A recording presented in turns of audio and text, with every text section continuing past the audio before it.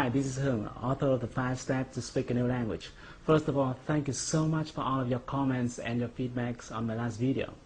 In that video, I have shared with you my story about how I was struggling for many years with my English and how I finally overcame it in just a few months.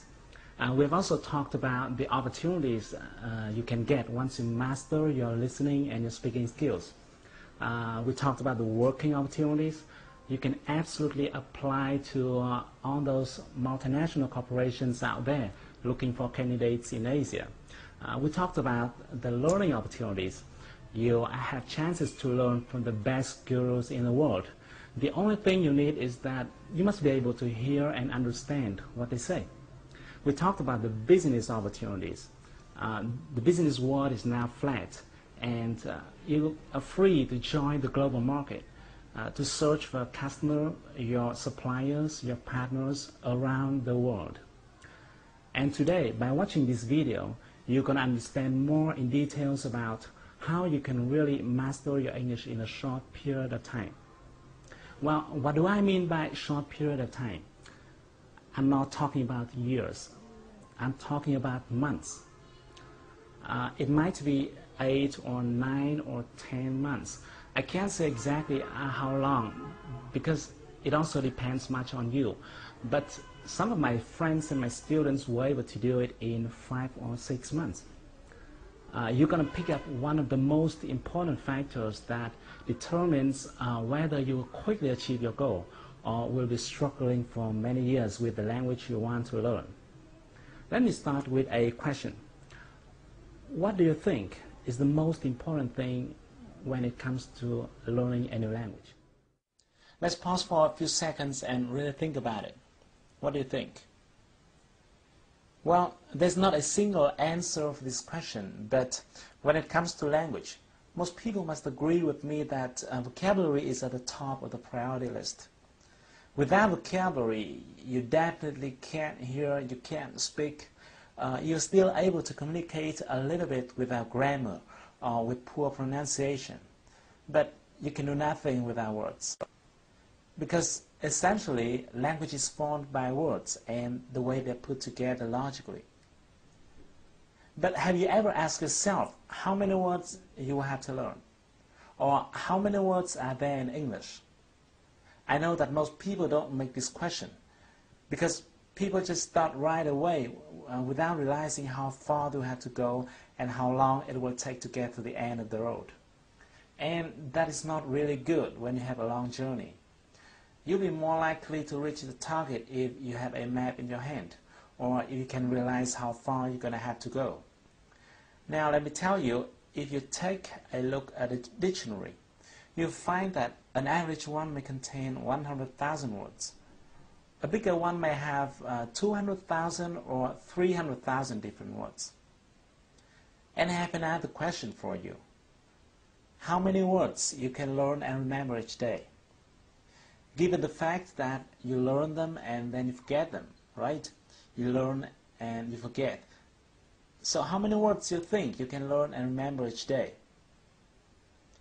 Now let me assume that you can learn and remember 20 words per day. And this is not a bad number at all. To get 300,000 words, you're going to have to learn continuously in 15,000 days, which equals 41 years. Wow, it sounds scary, doesn't it? But just calm down. Don't worry, it won't take you 40 years to learn English if you know this one principle. It is Pareto principle.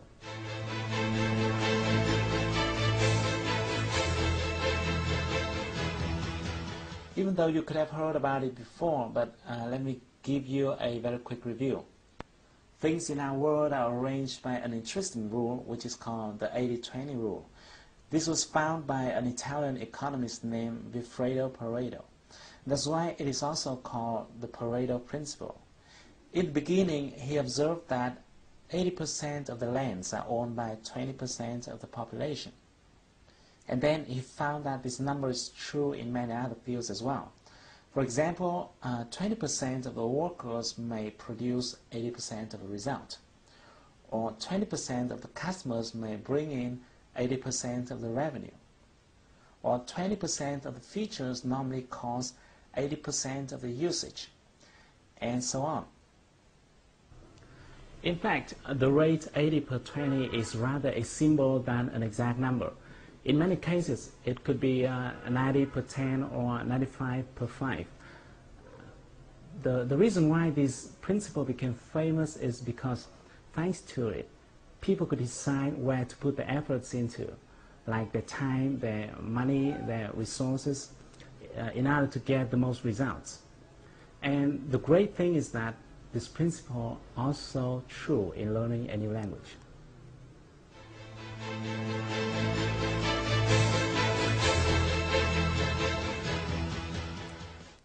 Even though the total number of different words in English may come up to more than 300,000 words, only a small portion of that number is used in daily lives.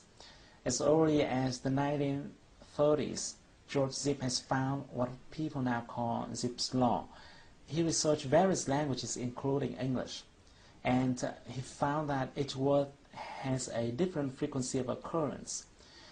In English, for example, the word "the" tops the frequency ranking with 7.5%, the word "of" following with 3.5%, and so on. Amazingly, just 130 words make up 50% of occurrences.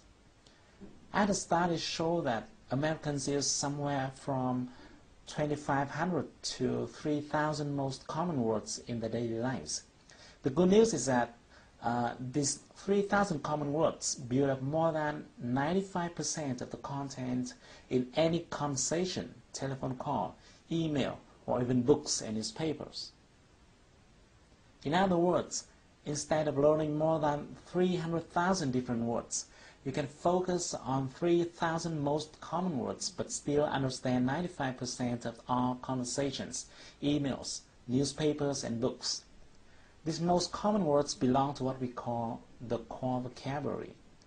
Some linguists believe that the core vocabulary should contain 4,000 instead of 3,000 words.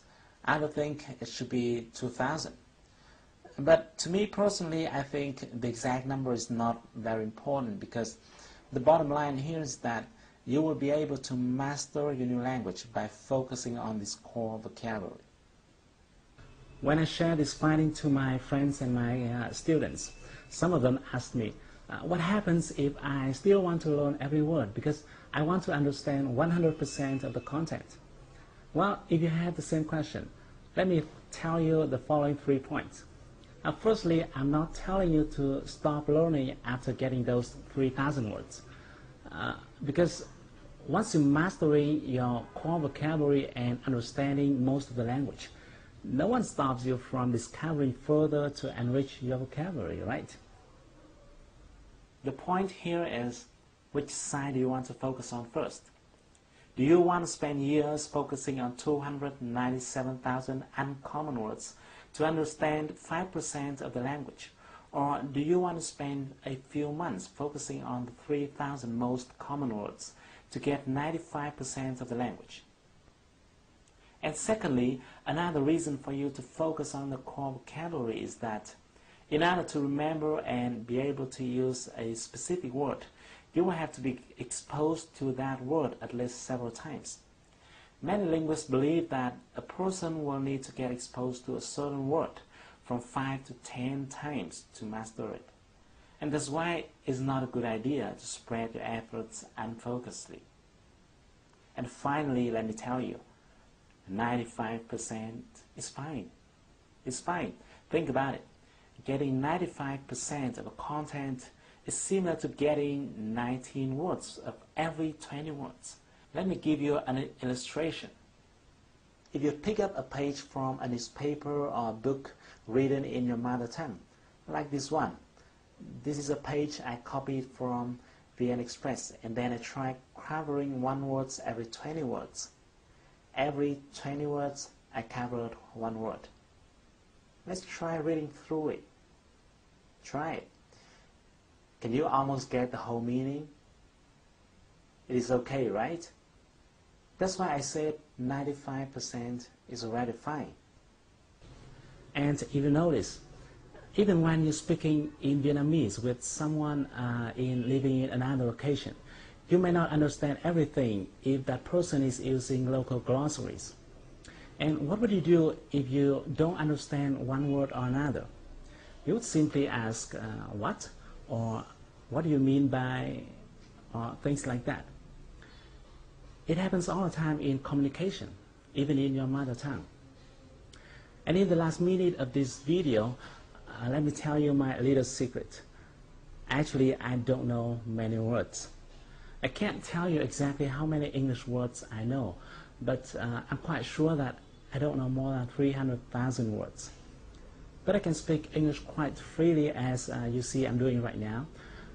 I have no problem talking to my partners, negotiating deals over the phone or face-to-face. I have no problem reading documents, newspapers, books. I can watch movies without sticking my eyes into the subtitles. And you can do the same. Now that you've got one of the most important secrets that determines whether or not you will quickly achieve your goal in learning a new language. But we haven't talked about how you can actually get them. Which words are they? In the next video, I'm going to share with you a technique that will help you to quickly acquire all those important words. And the best thing is that you won't have to memorize them, but it will naturally go into your mind and will be retained in a long period of time. So, thank you for watching my video. If you like it, share it with your friends and your beloveds. If you're using Facebook, just simply click the like button to share it with your friends. If you have any question, or even if you don't agree with what I'm telling you so far, feel free to give me your comments and your feedbacks. I'd love to hear them. So stay tuned with your inbox. I'm going to send you the next video soon. But until then, take action. Do something. Do something right now to improve your English. Because if you want to shine tomorrow, you've got to sparkle today.